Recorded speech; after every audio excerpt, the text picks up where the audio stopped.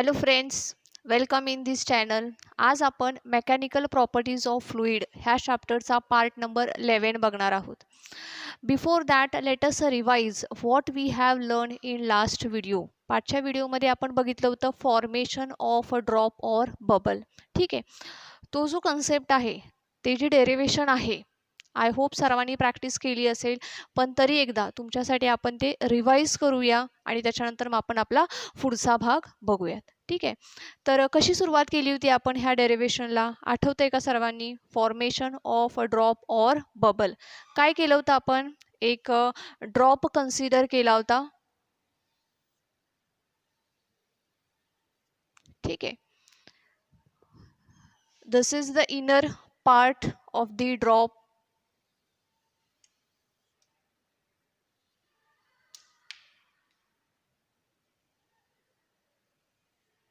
This is the outer layer of the drop. Let us assume that R be the radius of the inner sphere and R plus delta R is the radius of the outer sphere. ठीक आहे, where delta R is the thickness. ही काय आहे? Delta R is the thickness of the layer. त्या लेयरची thickness किती आहे? Delta R आहे.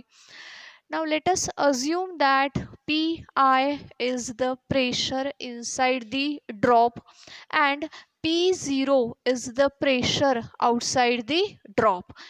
त्या ड्रॉपच्या आतल्या बाजूला प्रेशर किती आहे? पी आय आहे आणि ड्रॉपच्या बाहेर प्रेशर किती आहे? P0 आहे. आता ऑलरेडी आपण काल बघितलेलं आहे, the pressure inside the drop is greater than the pressure outside the drop. ड्रॉपच्या आतला प्रेशर हा कसा आहे? ड्रॉपच्या बाहेरच्या प्रेशरपेक्षा जास्त आहे. So pressure inside the drop is greater than the pressure outside the drop, so Pi is greater than P0. ठीक आहे, नाउ Pi जरी P0 पेक्षा मोठा असला तरी it is constant. Y? because delta R is very small, that's why the pressure inside the drop is remains constant आणि म्हणून तो constant राहतो. so excess pressure आपण काढला होता. Excess pressure is equals to काय बघितलं होतं आपण? P I minus P0 is the excess pressure. हा काय आहे? एक्सेस प्रेशर आहे, राईट. त्याच्यानंतर आपण काय केलं होतं आठवतंय? आपण एरिया फाइंड आउट केला होता, आतल्या स्पियरचा आणि बाहेरच्या स्पियरचा, राईट. आतल्या स्पियरचा सरफेस एरिया त्याला आपण A1 म्हणूयात. So A1 is equals to किती आहे? 4πr². ह्याला इक्वेशन नंबर 1 म्हणूयात. ठीक आहे, बाहेरचा जो स्पेरिकल आहे, स्पियर आहे, त्याचा जर का आपण सरफेस एरिया फाइंड आउट केला तर तो किती असेल? A2 is equals to 4π into R plus delta R the whole square. आता स्क्वेअर ब्रॅकेटचा आहे, सो आपण ते सॉल्व करूया. काय मिळेल मग? 4π in bracket R² plus 2R into delta R plus delta R². पुढच्या स्टेपला आठवतंय काय केलं होतं आपण? 4π ने मल्टिप्लाय केलं होतं. सो 4πr² प्लस 4 2 जा 8πr इंटू डेल्टा R. बरोबर आहे ना? 4π into delta R plus 4π into delta R². Delta R अतिशय लहान आहे, त्यामुळे डेल्टा आरचा जो स्क्वेअर असेल तो स्क्वेअर देखील कसा असेल? लहान असेल. So we neglect this term. काय करतोय आपण? ह्या टर्मला नेग्लेक्ट करतोय. तर मग आपल्याला area A2 is equals to मिळेल 4πr² plus 8πr into delta R. बरोबर आहे. Give equation number 2. ठीक आहे. एरिया चेंज झालाय, ड्रॉप एकच आहे. सुरुवातीचा त्याचा एरिया किती होता? 4πr². रेडियस वाढल्यामुळे त्याचा जो एरिया आहे तो कितीने वाढलाय? तर 4πr² plus 8πr into delta R. So change in a area काय फाइंड आउट केले आपण नंतर? Change in a area DA is equals to A2 minus A1. A2 minus A1. काय करायचं आहे ह्या इक्वेशनमध्ये? इक्वेशन नंबर 2 मधून A2 ची व्हॅल्यू घ्यायची आहे, इक्वेशन नंबर 1 मधून A1 ची व्हॅल्यू घ्यायची आहे. So we will put the values 8πr into delta R minus A1 ची व्हॅल्यू आहे 4πr². काय होईल आता? 4πr² get cancelled with the minus 4πr². So DA is equals to किती मिळालंय आपल्याला? 8πr into delta R. हा काय मिळालेला आहे? Change in a area. नाव change in a area, area change झालेला आहे. सो आपण बघितलेलं आहे की work done is equals to काय आहे? T into DA. T म्हणजे सरफेस टेन्शन आणि DA means change in a area, right? So DW is equals to T into DA. मग ह्याच्यामध्ये व्हॅल्यू पुट करूयात आपण. T into DA. DA ची value किती आहे? 8πr into delta R. Give equation number 3. ठीक आहे. सो अशा पद्धतीने आपल्याला काय मिळालेलं आहे? वर्क डन मिळालेलं आहे. बरोबर आहे. आता वर्क डन जे आहे ते आपण अजून वेगळ्या पद्धतीने कॅल्क्युलेट करू शकतो. वर्क डन म्हणजे काय असतं? Force into displacement. Work done म्हणजे काय आहे? तर force into displacement. Force into displacement काय झालेलं आहे ह्या ठिकाणी? हा इनर सरफेस आहे, हा आउटर सरफेस आहे. तर डिस्प्लेसमेंट म्हणजे काय आहे? तर increase in a radius. Force apply झाल्यामुळे ह्या ड्रॉपची रेडियस काय झालेली आहे? वाढलेली आहे. कितीने वाढली आहे? तर डेल्टा आर ने रेडियस वाढलेली आहे. So delta R is the displacement in a radius due to the force. So F into displacement आपण घेणार आहोत डेल्टा आर. बरोबर आहे. आता फोर्स, ठीक आहे, ह्या फोर्सचं मॅग्नेट्यूड आपल्याला फाइंड आउट करायचं आहे. फोर्स म्हणजे काय? आपण बघितलेलं आहे. फोर्स म्हणजे काय असतो? तर it is a pressure into area. Force म्हणजे काय आहे? Pressure into area. सो ह्या ठिकाणी आपण कोणता प्रेशर घेणार आहोत? तर excess pressure into surface area. Excess pressure into surface area. ठीक आहे. Excess pressure into surface area. So F is equals to excess प्रेशरची व्हॅल्यू आपण फाइंड आउट केली आहे बघा. PI minus P0. PI minus P0 into surface area, आतल्या स्पियरचा surface area A1 किती आहे?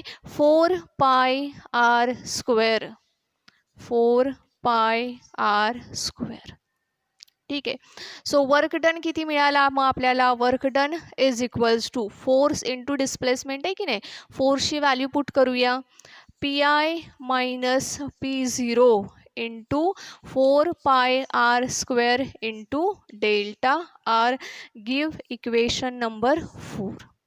Now observe the equation number 3 and 4.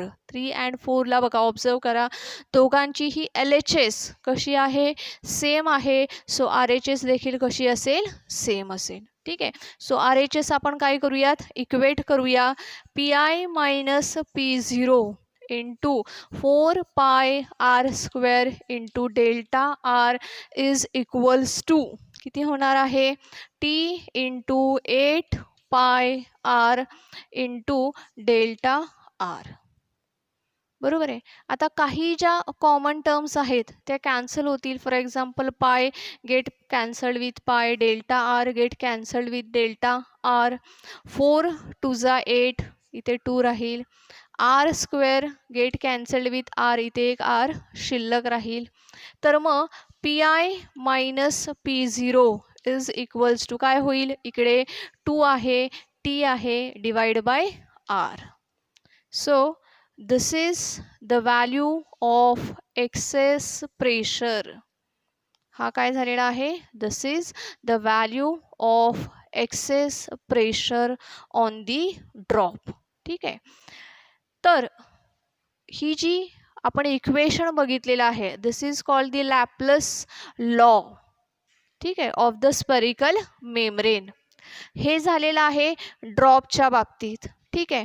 Now let us study about the bubble. बबलच्या बाबतीत काय होतंय, सर्वांनी बबल बघितलेला आहे का? स्पेरिकल इन अ शेप असतो, but in case of a bubble there are two surfaces which are in contact with the air. बबलच्या बाबतीत काय होतं आहे, बबलच्या आतमध्ये पण एअर आहे आणि बबलच्या बाहेर पण एअर आहे, right. So there are two surfaces which are in contact with the air. So change in a area, dA, change in a area हा काय होईल, इथे काय होणार आहे, this is into 2 होणार आहे. का? बिकॉज एअरच्या कॉन्टॅक्टमध्ये एकूण किती एरिया आहेत, तर 2 सरफेसेस एअरच्या कॉन्टॅक्टमध्ये आहेत. बबलच्या आतमध्ये पण एअर आहे, बबलच्या बाहेर पण एअर आहे. सो आतला जो लेअर आहे तो देखील एअरच्या कॉन्टॅक्टमध्ये आहे आणि बाहेरचा लेअर देखील कसा आहे, एअरच्या कॉन्टॅक्टमध्ये आहे. So D A is equals to काय होईल, 8 pi R into delta R into 2. So this is equals to 8 टू जा 16. ठीक आहे, 16 pi R into delta R. बरोबर आहे, 16 pi R into delta R.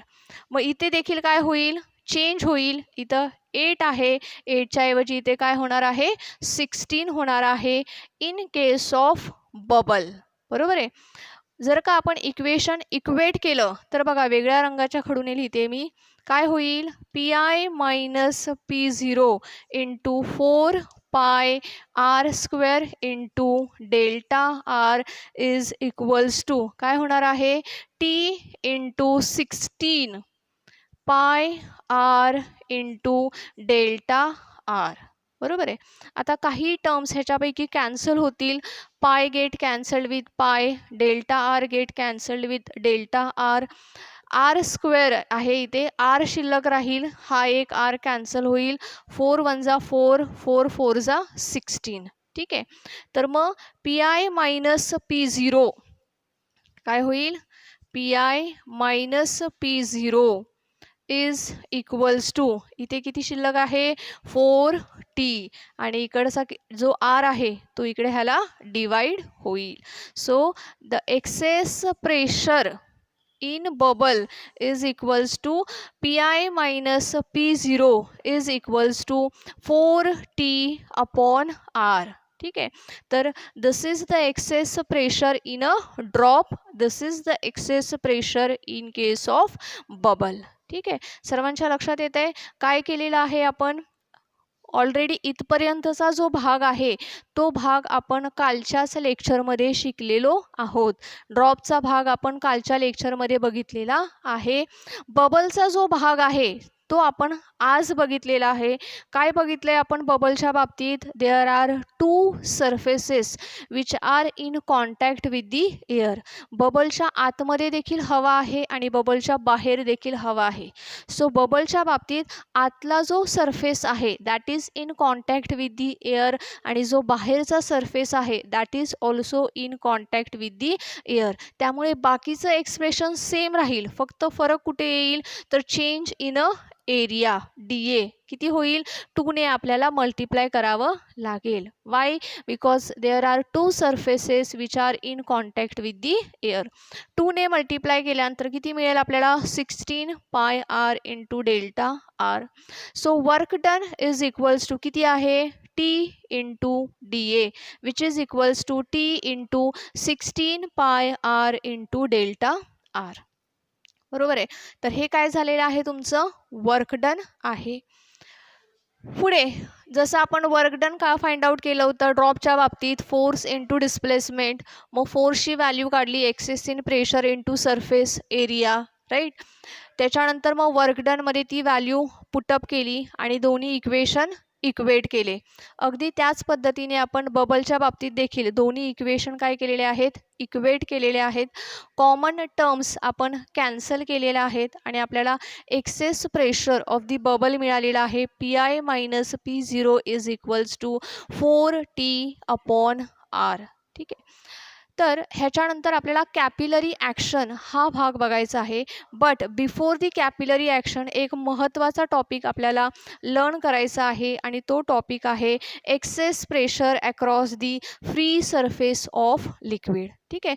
छोटासा टॉपिक आहे, आपण तो टॉपिक आज बघूयात आणि कॅपिलरी ॲक्शन ही आपण आपल्या पुढच्या लेक्चरमध्ये बघूयात, right.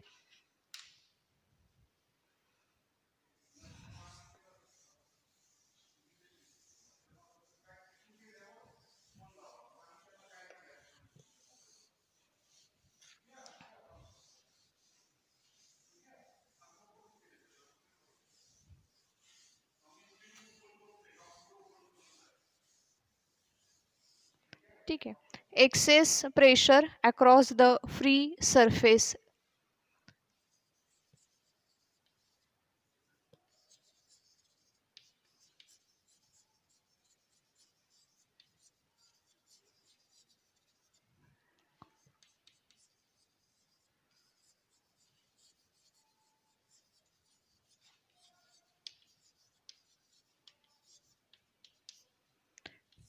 Excess pressure across the free surface of liquid. So there are three types of the surfaces of the liquid. एकूण 3 प्रकारचे free surface of the liquid आहेत. Plane surface, concave surface and convex surface. ठीक आहे. So पहिल्यांदा आपण plane सरफेसचं बघूयात. Let us consider a plane surface. इकडे खाली लिक्विड आहे. ठीक आहे. This is the plane surface. Now when the surface is plane, the force due to surface tension, force due to surface tension acts in a opposite direction. Force due to surface tension acts in a opposite direction. ठीक आहे. तर इकडे एक force आहे आणि ह्या बाजूला एक फोर्स आहे. बघा, दोन्ही फोर्सचं मॅग्निट्यूड हे इक्वल आहे, परंतु ह्यांची डायरेक्शन मात्र एकमेकांशी अपोजिट आहे. आता मॅग्निट्यूड ह्यांचं सेम परंतु एकमेकांशी डायरेक्शन अपोजिट असल्यामुळे the resultant force is 0. Resultant force काय होणार आहे, 0 होणार आहे. Due to, as the resultant force is 0, pressure inside the liquid and pressure above the liquid surface both are same. लक्षात येते सर्वांच्या. Pressure inside the liquid and pressure above the liquid कसे असणार आहेत, सेम असणार आहेत. सो प्रेशर शॉर्टमध्ये लिहिते फक्त, pressure is same above and below liquid surface. ठीक आहे. लक्षात येते सर्वांच्या. ज्यावेळेस प्लेन सरफेस असेल त्यावेळेस force due to surface tension acts in a opposite direction. Now these two forces are having the same magnitude, hence the resultant force is 0. As the resultant force is 0, the pressure above the liquid surface and below the liquid surface is the same. ठीक आहे. Liquid pressure कसा असणार आहे, same असणार आहे. आता दुसरा surface आपण स्टडी करूया. Late us consider concave surface. बरोबर आहे. कॉन्केव सरफेस असा असतो. लिक्विड, हे लिक्विड आहे. Now when the liquid surface is concave. Water meniscus किंवा लिक्विड मिनिस्कस कसा आहे, कॉन्केव आहे. ज्यावेळेस असा कॉन्केव सरफेस असतो त्यावेळेस force due to surface tension, force due to surface tension कसा ॲक्ट होतो बघा, अशा पद्धतीने ॲक्ट होतोय. It is in upward direction. Force कसा ॲक्ट होतोय, इन अपवर्ड डायरेक्शन. हा काय आहे तर कॉन्केव मिनिस्कस आहे. फोर्स कसा ॲक्ट होतोय, in upward direction.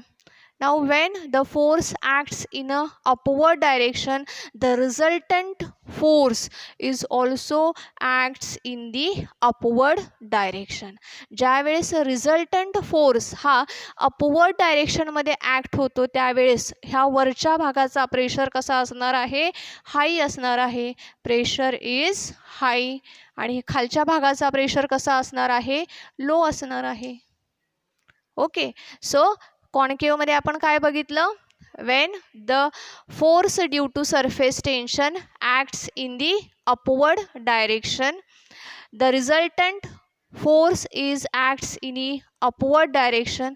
Resultant force upward डायरेक्शनने ॲक्ट होत असल्यामुळे the pressure is high above the liquid surface and pressure is low below the liquid surface. आता आपली तिसरी केस बघायची आहे. When the liquid surface is convex. Liquid surface कसा आहे, कॉन्वेक्स आहे. हे लिक्विड आहे, कॉन्वेक्स सरफेस आहे. ठीक आहे. So force due to surface tension acts in a downward direction. Force कसा ॲक्ट होतोय, इन डाउनवर्ड डायरेक्शन.